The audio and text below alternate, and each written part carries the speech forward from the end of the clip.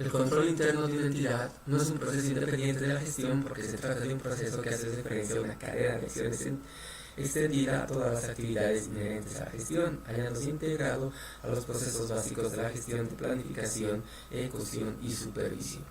Estas acciones se hallan incorporadas a la estructura organizacional de la entidad para influir en el cumplimiento de sus objetivos y apoyar la calidad de sus iniciativas.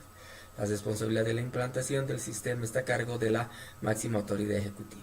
Entonces, este control interno lo vamos a subdividir o subclasificar en dos partes: el control interno previo y posteriormente el control interno pero de carácter posterior. Vayamos a ver primeramente el control interno previo. ¿En qué consiste? Es un proceso que involucra a todo el personal y se lleva a cabo bajo la responsabilidad de la MAE, la máxima autoridad ejecutiva.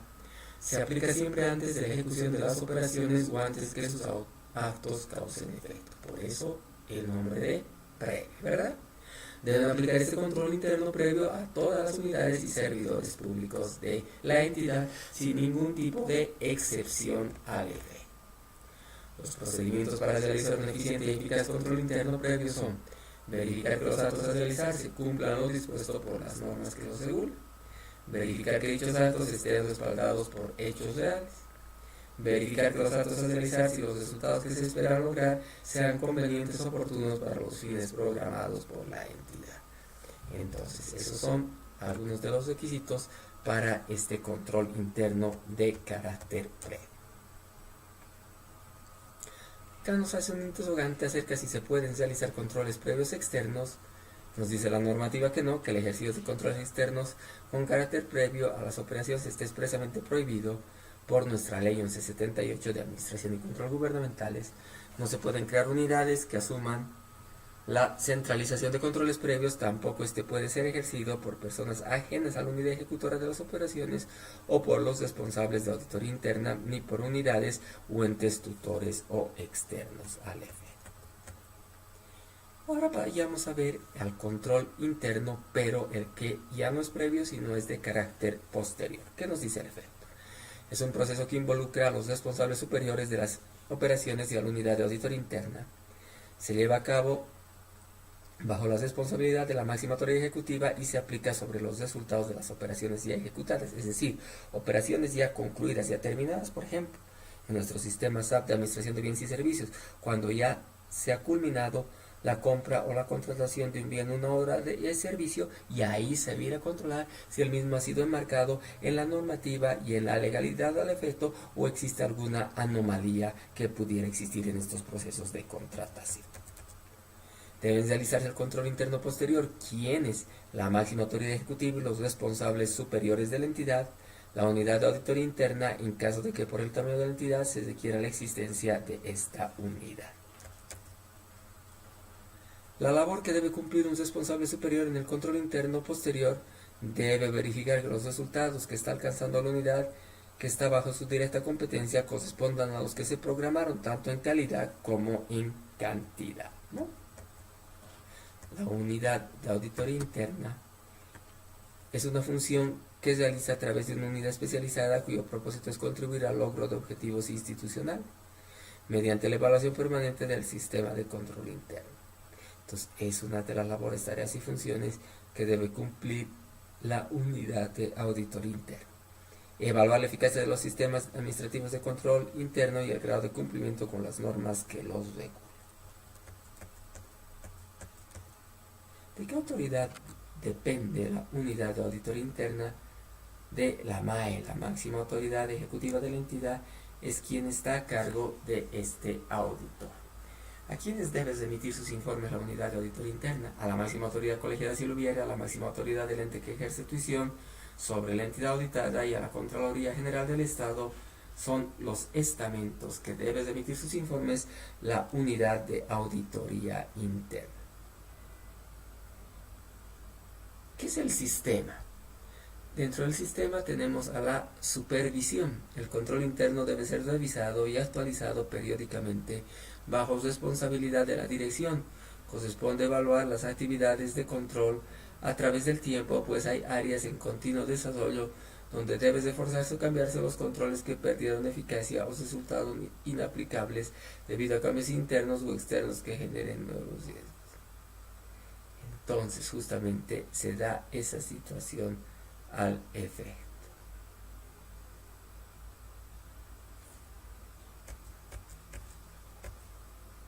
El sistema de control externo posterior es un proceso retroalimentador que se nutre de los resultados obtenidos para compararlos con ciertos parámetros preestablecidos.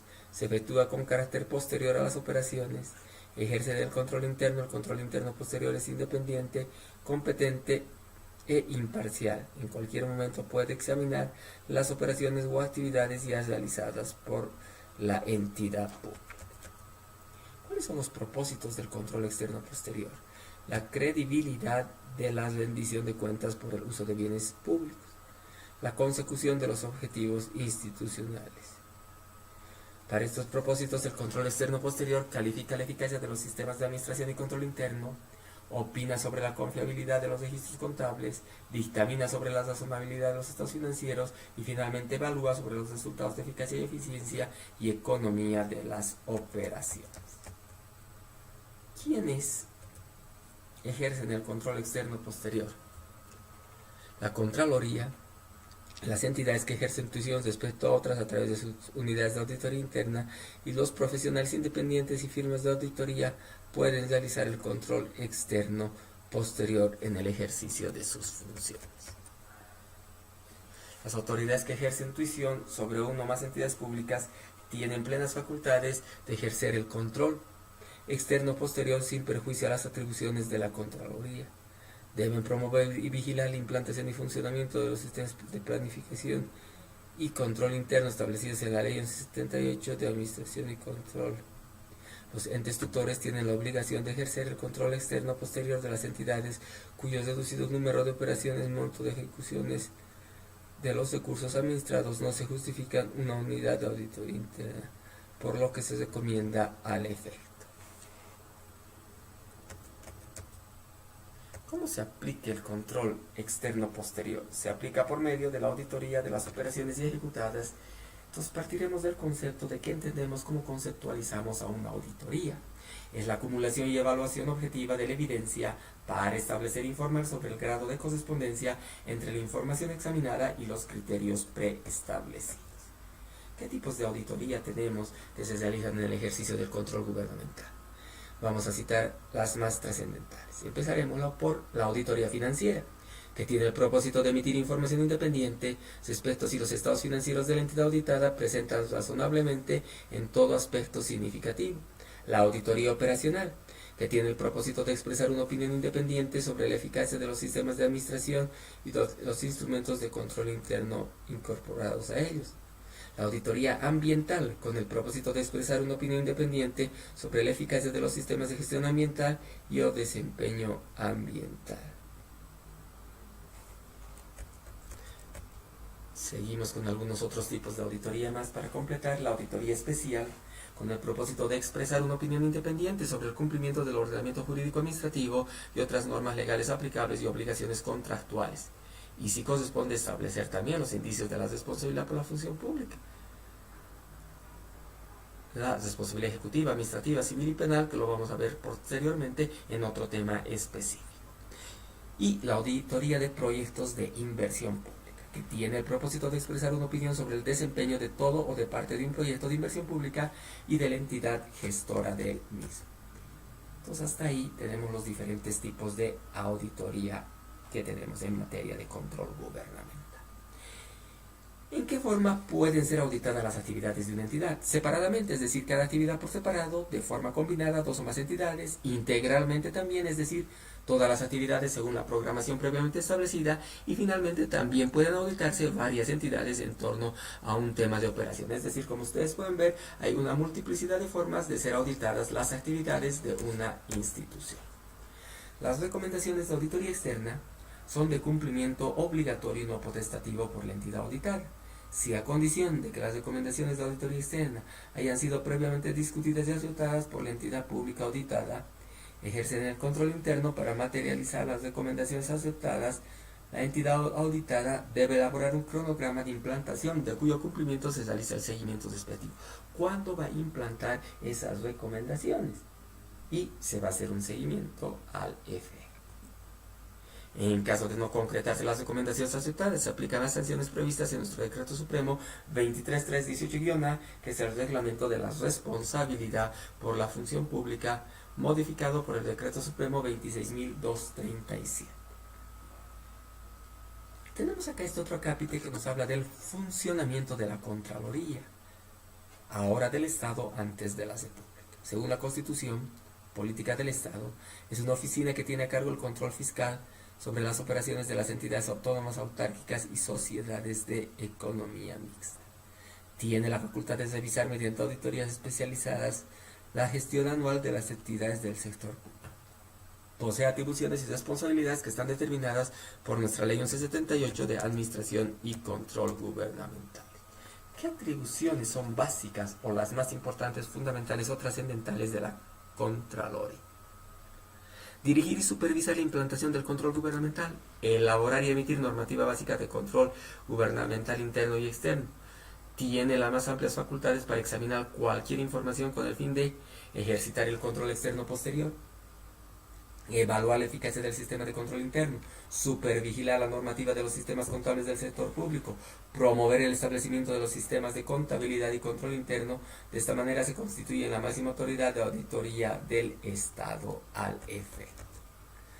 Finalmente tiene atribuciones para conducir los programas de capacitación, y hemos dicho del CENCAP, del Centro Nacional de Capacitación de la Contraloría General del Estado Plurinacional, y especialización de los servidores públicos en el manejo de los diferentes sistemas que regula nuestra Ley 1178 de Administración y Control Gubernamentales. ¿Qué facultades principales tiene la Contraloría para ejercer el control externo posterior? Examinar en cualquier momento los registros de las operaciones realizadas por las entidades sujetas a control gubernamental, conocer los programas, labores y papeles de trabajo de las auditorías que realizan las entidades públicas, contratar a profesionales calificados e independientes. Todo informe de auditoría interna o externa será enviado al Contralor inmediatamente concluido el presente acto. En caso de responsabilidad ejecutiva, se determinará por el Contralor, recomendará la máxima dirección colegiada o a la autoridad superior que ejerce tuición. En caso de gravedad, pues será la destitución. En caso que no sea tan grave, será solamente una suspensión de carácter temporal.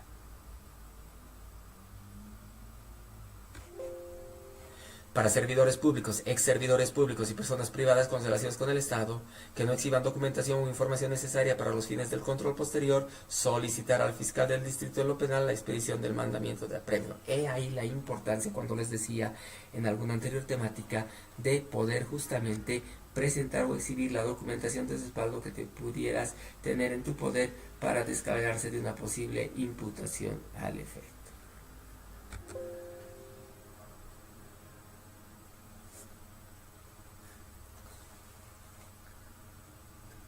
En caso de responsabilidad ejecutiva, se determinará por el Contralor, se comentará a la máxima dirección colegiada o a la autoridad que ejerce tuición. En caso que el servidor público incumpla la Ley 1178, se comentará de oficio por recomendación de la máxima autoridad, imponga la sanción que corresponda.